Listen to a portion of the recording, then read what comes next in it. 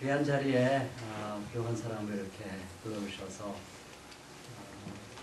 오늘날 이렇게 여는 예배에 설교자로 불러주셔서 고맙고 또 한편으로는 무지 떨립니다.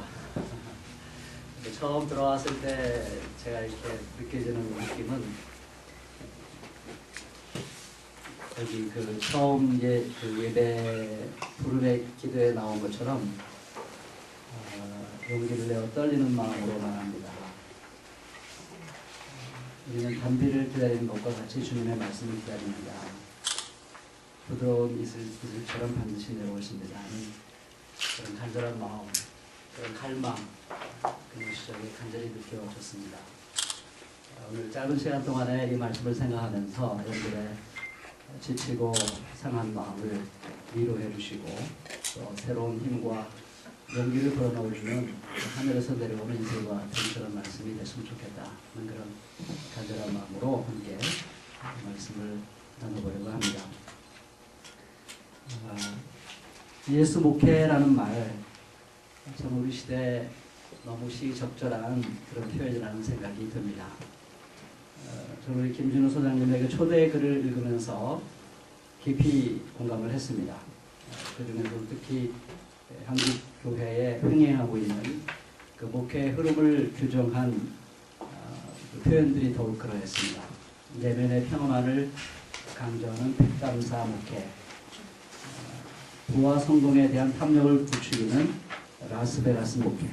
저는 이렇게 표현을 잘 하시는지요. 한국 교회 목회자들 대부분이 지향하는 목회의 모습을 아주 예리하고 명확하게 짚어내는 표현이라는 생각이 듭니다. 적자들이 한국 교회에서 이런 목회가 사라지려면 신학대학교가 우선 개혁되어야 되지 않겠냐 하는 말을 제가 많이 여러 번 들어왔습니다. 맞는 말이긴 합니다. 그런데 저는 그런 말을 들을 때마다 솔직히 이런 반응을 보이곤 했습니다. 아마 신학대학교의 개혁은 교회 개혁의 끝자락에서 일어나지 않겠냐 하는 그런 얘기를 했습니다. 그거는 신학대학교에 실력 있고 개혁적인 교수님들이 안 계셔서가 아니라고 저는 생각합니다. 신학대학교의 구조적인 한계 때문이 아닌가 싶습니다. 위로는 그들을 감시하는 교권주의자들이 있고 또 아래로는 바르게 가르치는 교수님들보다도 성공한 목회자들을 더 선망하는 학생들이 존재합니다.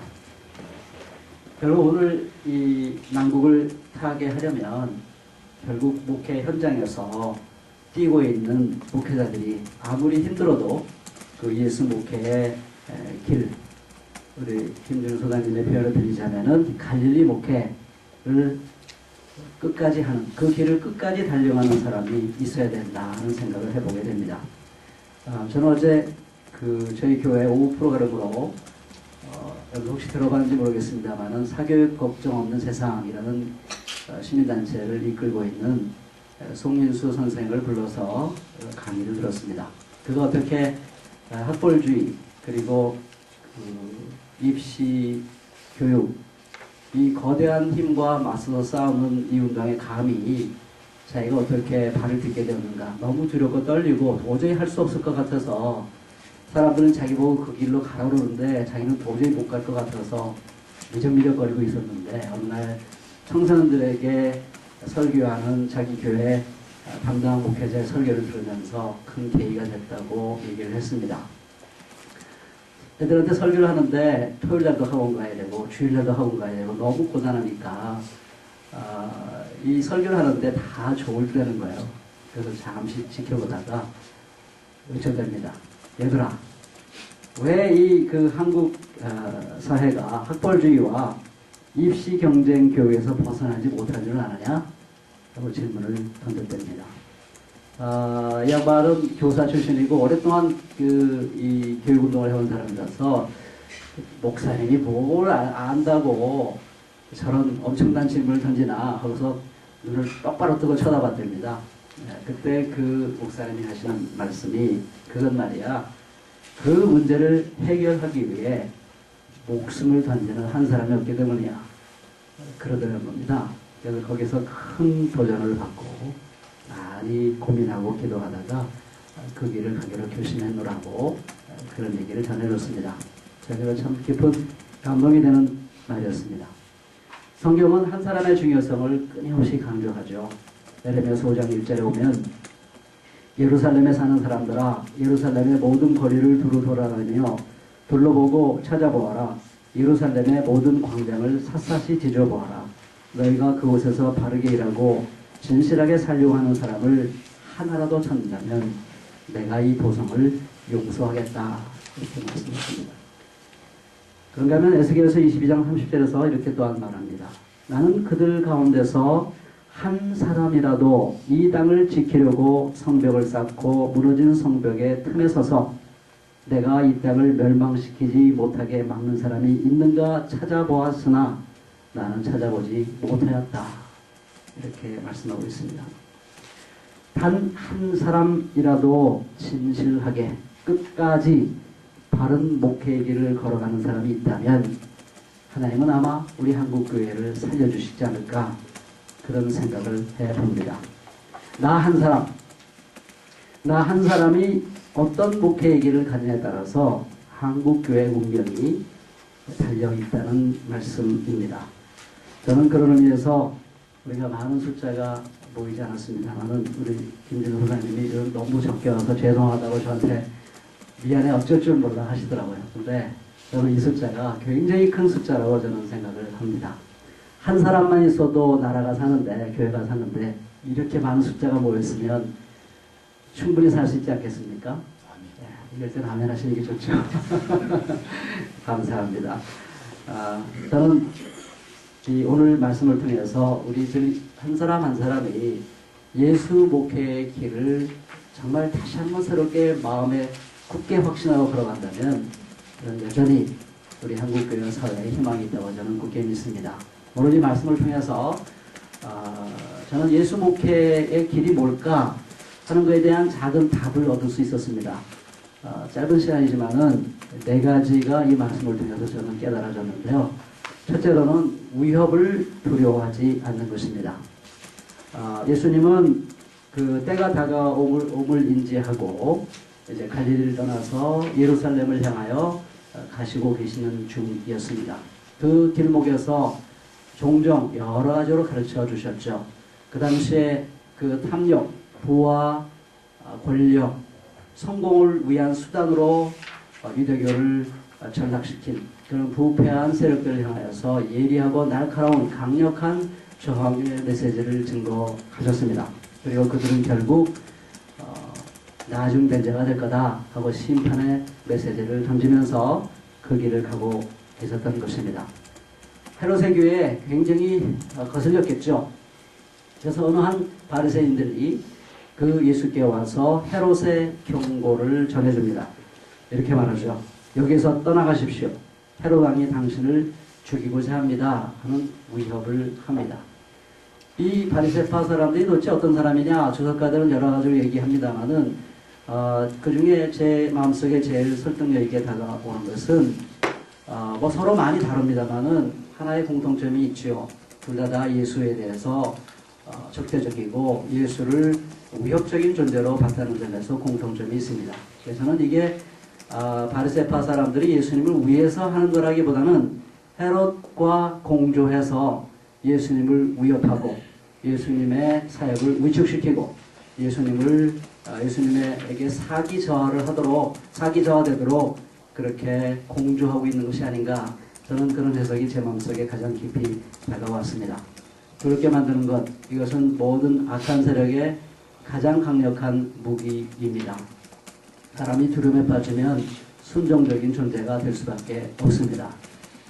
많은 피해자들이 자기에게 피해를 끼친 권력자에게 저항하는 것이 아니라 오히려 그 피해자들이 자기에게 피해를 입힌 권력자에게 순응하고 오히려 박수를 보내는 것을 우리가 수없이 보아왔습니다. 우리 정치 현장에서도 늘 느낍니다. 교회 현장도 마찬가지입니다. 가장 억압당하고 착취당하는 사람이 오히려 자기를 억압하고 착취하는 사람에게 열렬한 지지를 보냅니다. 이건 대선 결과도 마찬가지죠. 소득 수준이 낮은 사람일수록 더 박근혜 씨를 더 많이 지지했습니다. 이게 왜 그럴까? 그것은 두려움이 사람을 그렇게 만듭니다. 두려움과 불안, 두려움과 불안. 여기에 사람들이 갇혀버리면 순종적인 존재가 되는 것이죠. 그래서 그 심리를 잘 안 헤롯과 바리새파 사람들이 예수님을 위협하고 있는 것입니다. 사실 많은 사람들이 젊었을 때 예수 목회의 길을 가려고 하다가도 중간에 중단하는 경우가 많이 있습니다. 왜 그럴까요? 저는 그것이 두려움이라고 생각합니다. 너 계속 그 길로 갈래?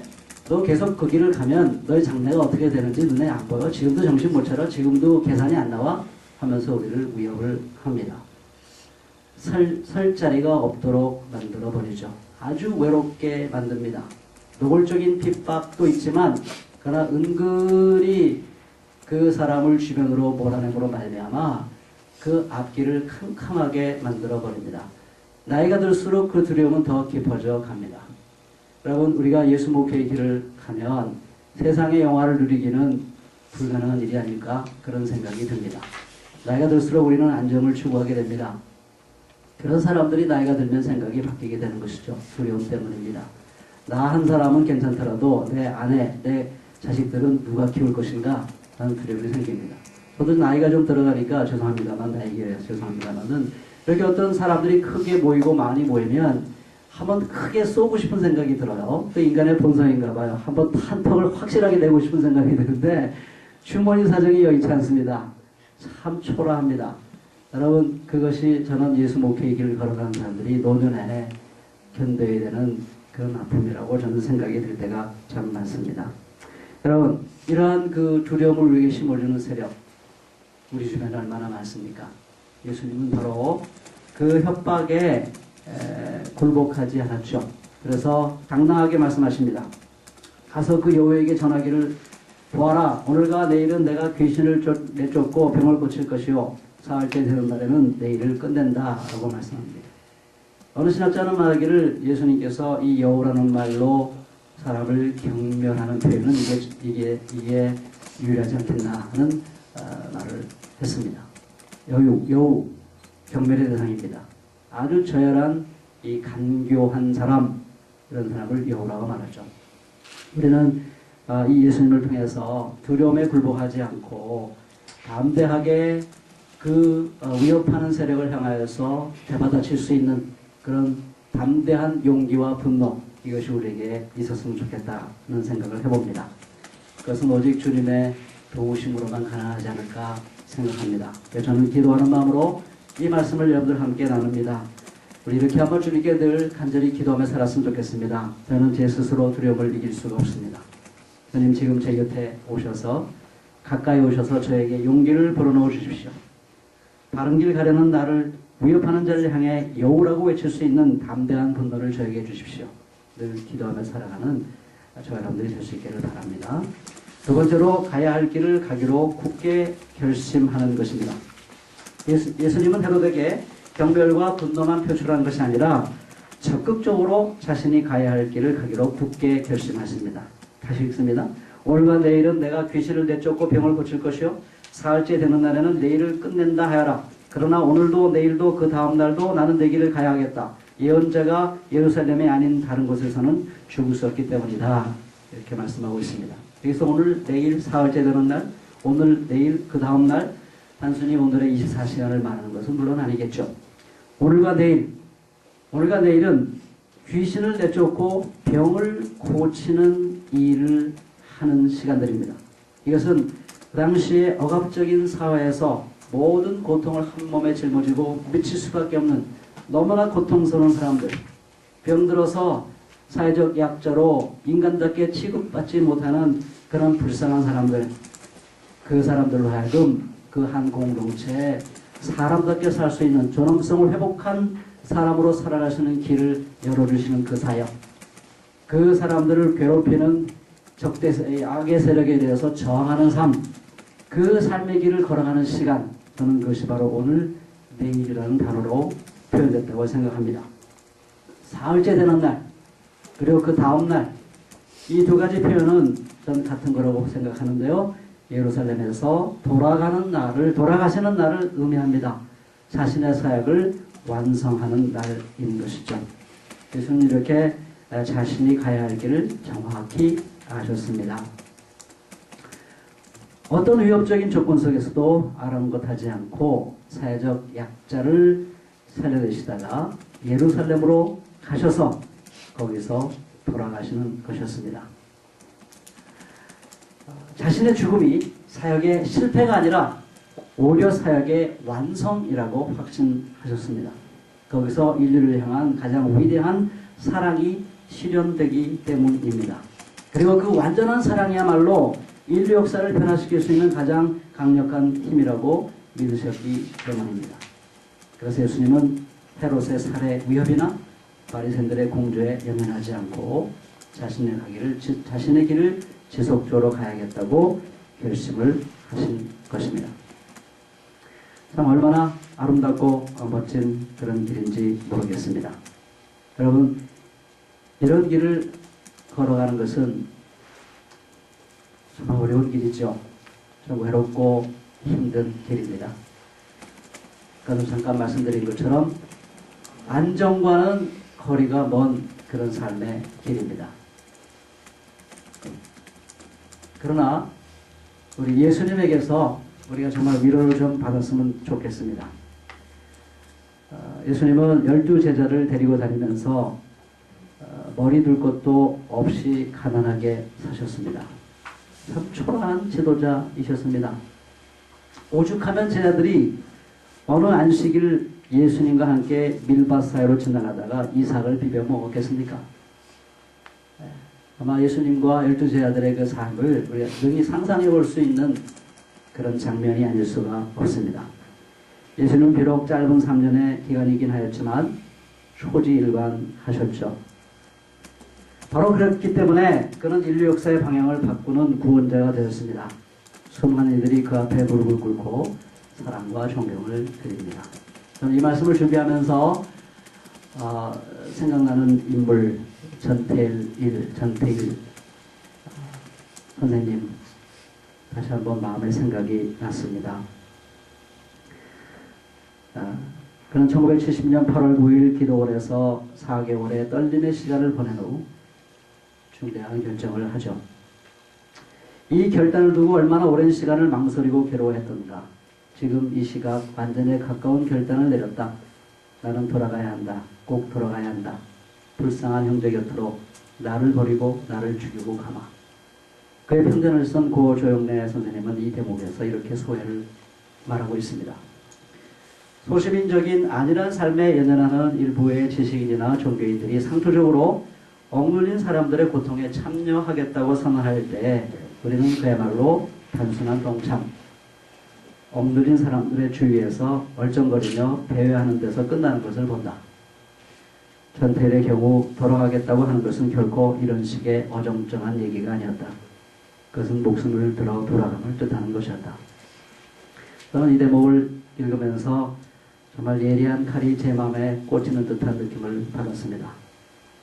위선의 가면이 벗겨지는 아픈 경험이었습니다. 물론 나를 죽인다. 오늘과 내일 사람 사는 일을 살다가 그 다음 날에는, 셋째 날에는 내가 죽음으로 내 사역을 완성하겠다. 난 죽음으로 돌아가겠다.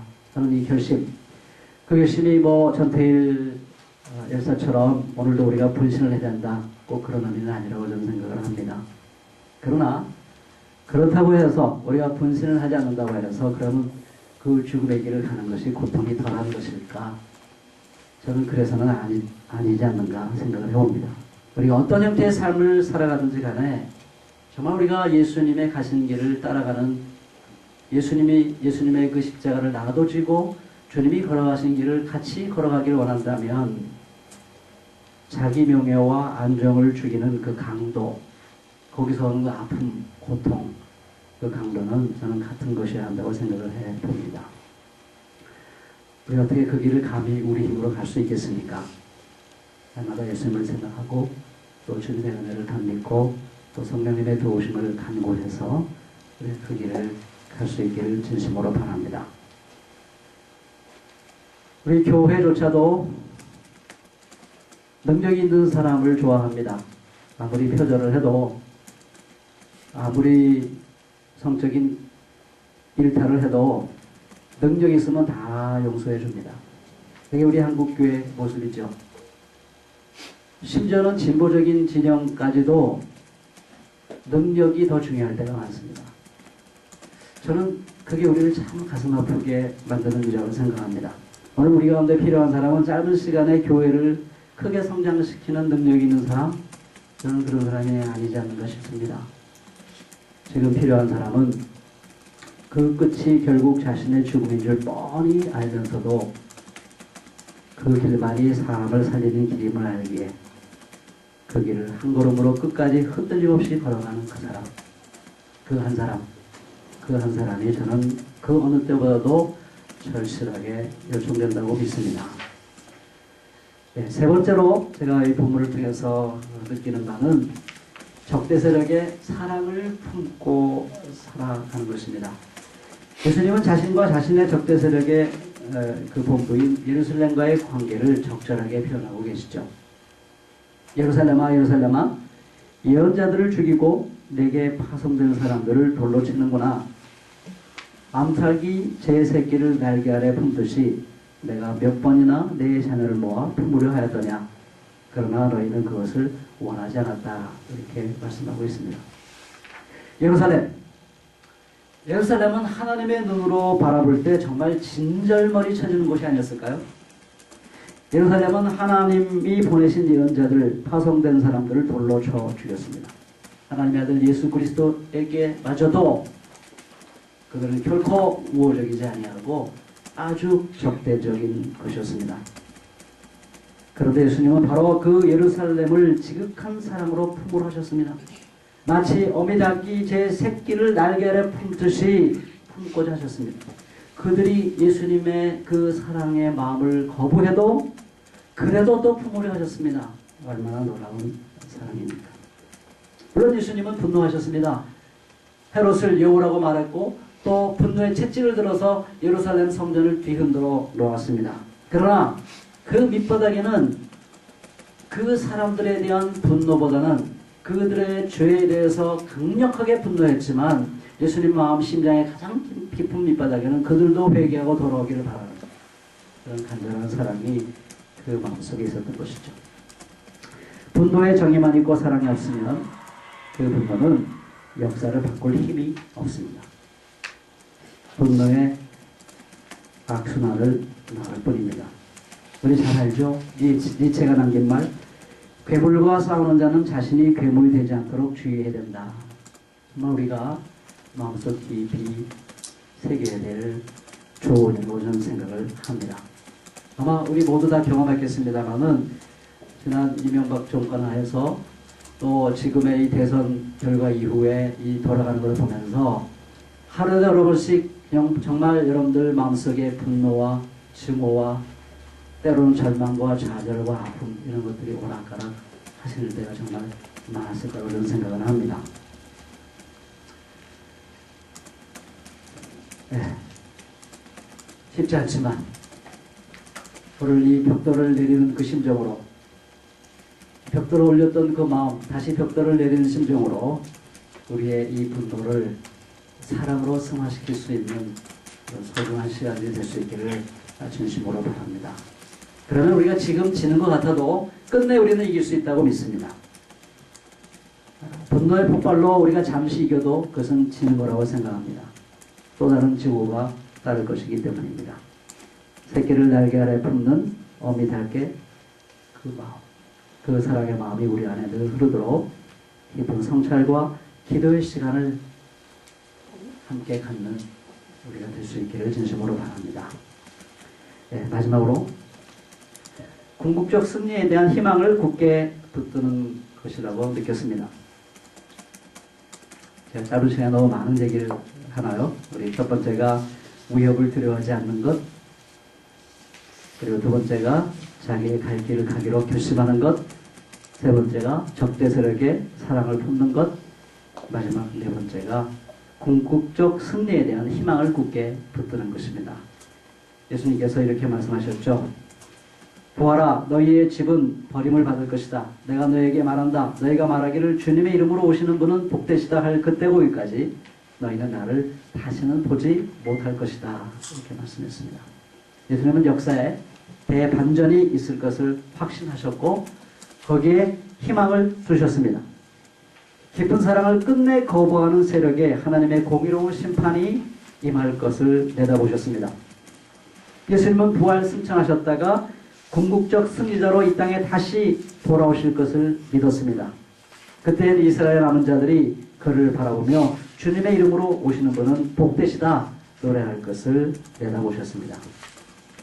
바로 그 궁극적 승리를 내다보셨고 확고히 믿으셨고 거기에 희망을 거셨기 때문에 주님께서는 오늘도 내일도 사람 살리는 일을 위해 살다가 내가 셋째 날에는 죽겠다 나는 그 길을 가겠다 그것이 역사의 완성이다 내 사역의 완성이다 라고 담대하게 말할 수 있었던 것입니다. 이는 소위 승리주의자들의 확신과는 다른 것이라고 생각합니다. 승리주의자들은 예수님이 부활하셨기 때문에 우리는 모든 힘을 동원해서 오늘 지금 이 시간 이 역사 현장에서 오늘 이 세상에서 모든 영역을 그리스도의 이름으로 정복하고 거기 승리의 깃발을 꽂고 우리 세상을 만들 수 있다. 그게 승리다. 그게 성공이고 그게 부활의 그리스도가 우리를 통해서 이루기 원하시는 것이다. 그렇게 승리주의자는 생각을 합니다. 그러나 하나님의 생각은 그와 다른 것 같습니다. 부활하신 예수님은 부활의 힘으로 세상을 강압적으로 자기 뜻대로 세상을 정복하지 않으셨습니다. 그래서 스데반이 돌에 맞아 죽었고 야고보는 칼로 죽었습니다. 그들의 모습을 하늘에서 바라보시며 그 아픔에 동참하셨습니다.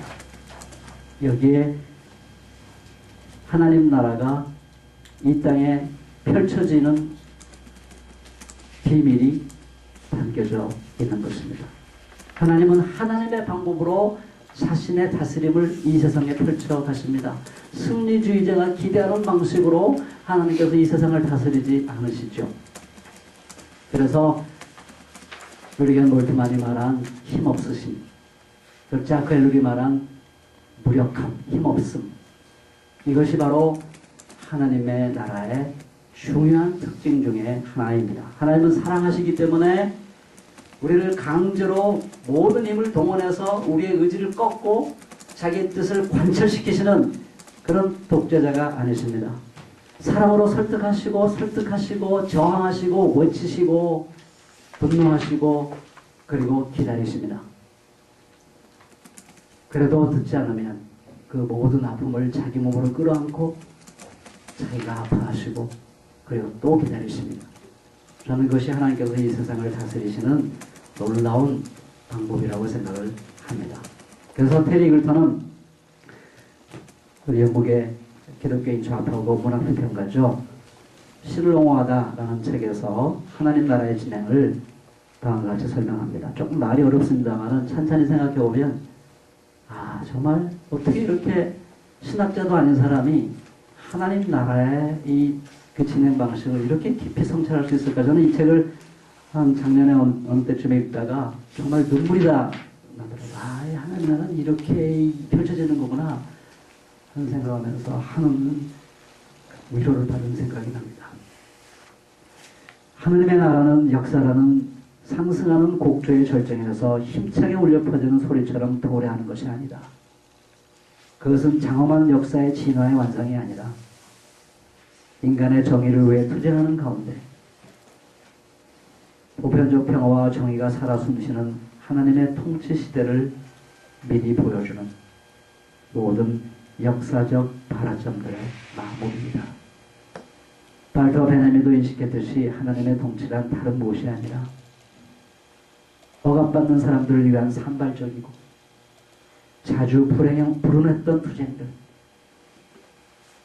영혼의 관점이라 할 것에 따라 지금 시간이라는 하나의 순간에 모여 일관된 이야기로 구현됨으로써 구원에 이르는 투쟁들을 이룬다 그랬습니다. 예수님께서 이 땅의 사역을 오늘과 내일의 그 사역은 죽음으로 끝납니다. 아마 그 인류 역사에 빛났던 그 발화점 중에서 가장 아름다운 발화점이겠죠. 그러나 그건 역시 실패로 끝난 것입니다. 그러나 거기에 위대한 사랑이 나타나기 때문에 그것은 하나님의 승리입니다. 그리고 그 승리는 마침내 하나님의 궁극적 승리가 있을 것을 미리 보여주는 그런 위대한 사건인 것입니다. 사랑하는 우리 신앙의 동지 여러분, 예수 목회의 길을 걸어가는 사람들은 현재 자신의 삶이 실패로 끝나는 것처럼 보이는 것에서 그 지점에서 절망하지 않습니다. 그것이 역사의 하나의 발화점으로 남는 것에 대한 깊은 감사를 드릴 수 있습니다. 그리고 그 발화점들이 모여 어느 날, 그게 따로따로 있었던 그냥 불운했던 투쟁들로 끝나는 것이 아니었구나. 서로 전혀 연결이 안 되는, 여기서 고생하다가 죽고 저기서 고생하다가 죽고 전혀 연결이 되지 않는, 아무런 진전이 없는 그런 중단의 역사가 아니라 거기에는 하나님의 통치로 일관되는 그런 위대한 이야기가 거기에 담겨 있는 것이었구나 하는 것을 깨닫는 순간이 저는 올 줄로 굳게 믿습니다. 우리 거기에 모두 희망을 둘 수 있기를 바랍니다. 지금 우리에게 필요한 사람은 바로 이런 희망의 사람들입니다. 이 희망이야말로 오늘 우리 시대가 우리에게 강요하는 소위 멘붕 상태를 이겨낼 수 있는 힘을 줄 것이라고 저는 믿습니다. 사랑하는 신앙동지 여러분, 예수 목회의 길에 함께하기 위해서 먼 길을 오신 것을 진심으로 환영하고 진심으로 감사드립니다. 2박 3일 동안 함께 배우고 토론하고 기도하고 울고 웃으시면서 새로운 힘과 위로를 얻으시기를 바랍니다. 그래서 다시 힘차게 우리 예수님과 함께 예수 목회의 길을 한 걸음으로 끝까지 서로 격려하면서 걸어갈 수 있기를 진심으로 바랍니다. 감사합니다.